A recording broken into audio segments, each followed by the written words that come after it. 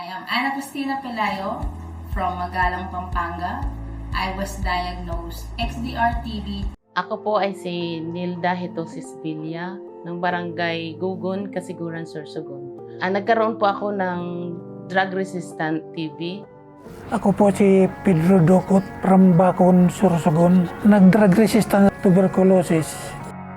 Si Arman Sibilla, taon ko 53, katira sa Ilang, Davao City.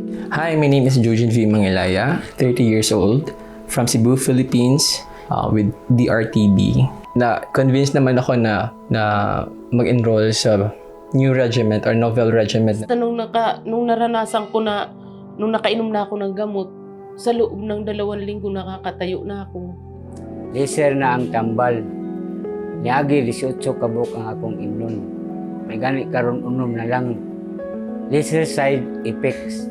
Bobo na lang ang duration kay 6 months lang. Yun ang pinakahuling gamot sa akin. Yun nakagamot sa akin. May raya na talaga yun. Kaya, thank you sa Bipal. Siguro, natuwa ako kasi ginanahan akong kumain. Yun talaga yun eh. Yung dahil sa gamutan na to, ang lumakas yung katawan ko. TB is a deadly disease, so face it with a deadly determination.